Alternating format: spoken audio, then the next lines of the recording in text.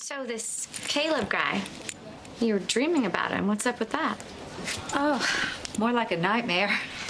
I mean, no electricity, no running water, no heat except for a fireplace, and I had to chop the wood. You chopped wood? Mm-hmm. Well, you mean like kindling twigs? No, I mean like big tree trunk size logs. I'm trying to picture it. Well, when you get that image, would you please picture me chic and sporty and clean? There's the mother I know and love. Well, I mean, just because I don't like to rough it doesn't mean that I can't. I even hauled water from the river, and I actually had to fight to sleep on the couch. So this Caleb guy, he made you fight for your rescue. I want to hear more about him. You know, I really want to focus on the present, honey. I mean, I'm being released today. I get to go back to my real life. Are you changing the subject? Of course not. But look, Caleb, he was just one of those grumpy loner types. Thinks he's right about everything and everybody else is wrong. That must have been interesting. Just arrogant. Pounding on his chest all the time, judging everybody else, as if it takes courage to run away from real life. I mean, nothing to respect there. So, that was it? Yeah, that was it.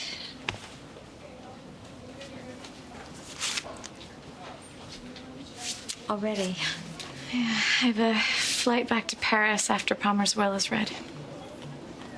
Well, I certainly know how much you miss your two beautiful little girls and Reese. That loose tooth of Miranda's. I think I might have a date with the tooth fairy.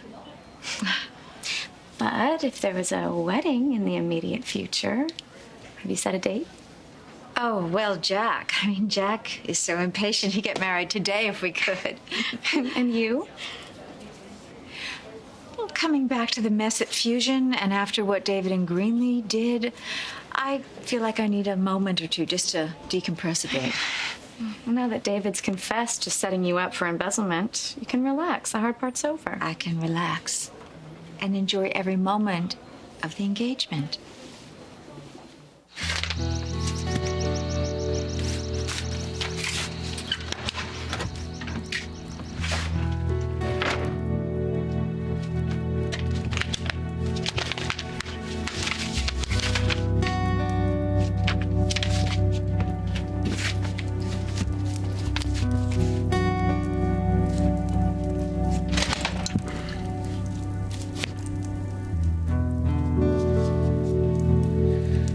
This is to inform you that your refusal of Erica Kane's offer to compensate you for the loss of your home absolves Miss Kane of any and all responsibility, insofar as the damage to your house, property, and personal effects are concerned. Sincerely, Jackson Montgomery. You're absolved, Miss Kane. I don't want to intrude. I just thought Jack might be here. No, Jack is already at the club. We're on our way over there now. Would you mind letting us have a word? I'll bring the car around to the front. Okay, thank you. Well, what's this about? Well, first of all, you're looking well. Thank you. I'm feeling even better. Good. I was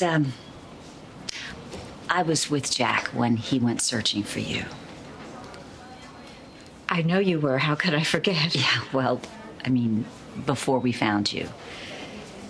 Jack and I spent a lot of time in those woods. He had that ring with him the whole time. He was so afraid. As afraid as he was for you, he wouldn't give up until you heard his proposal to become his wife. And I did hear it, and I will become his wife.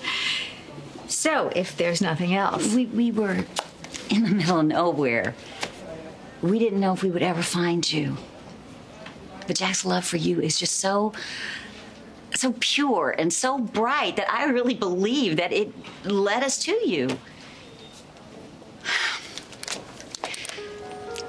He is putting his whole heart on the line for you. And my heart's on the line for him. I hope you're not presuming to know my fiance better than I do. No, of course not. Because no one's closer to Jack than I am. No one understands him better than I do. And our life together, our future, will be perfect. I'm glad to hear that. I really am, because I would really hate for you to go through with this wedding if you're not 100%. I really don't think Jack could take losing you again. Well, Jack's not going to lose me. Because I have never been so sure of anything in my life. Look, just so we're clear, you may straighten Jack's files and straighten Jack's books, but I tie his ties. And whatever happens outside that office, it's really none of your business. What do you wear to a will reading anyway? I don't know. Definitely not this. I'll be right back. Well, do you want me to get one of the maids to move your stuff in our room? You said you were ready. Yeah, I'll get to it.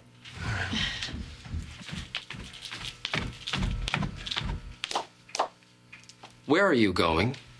The reading of Palmer's will. You're invited? No, I was. So you're taking a date to a will reading? I'm going for moral support. Too much? Definitely. Then it's perfect.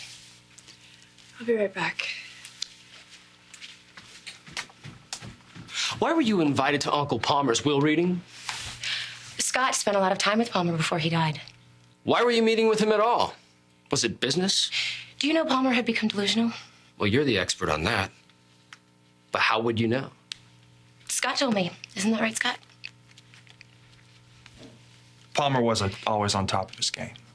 Well, that's funny, because Jake was his physician, and he never mentioned it. Anyone can seem with it when they're talking about the weather. When it came to business, Palmer kind of started not making sense. It was really sad, wasn't it? Yeah, but Scott's such a nice person. He wanted to, spend time with him. Isn't that correct? You're softy. It's in the past. Yes, that's right. I know you're so nice. You don't like talking ill will about the dead. But you do. Yeah. It's the office. Pardon me. Yeah, Jerry, hi. Where are we on the nanotech release? You don't belong at the will reading. Don't worry.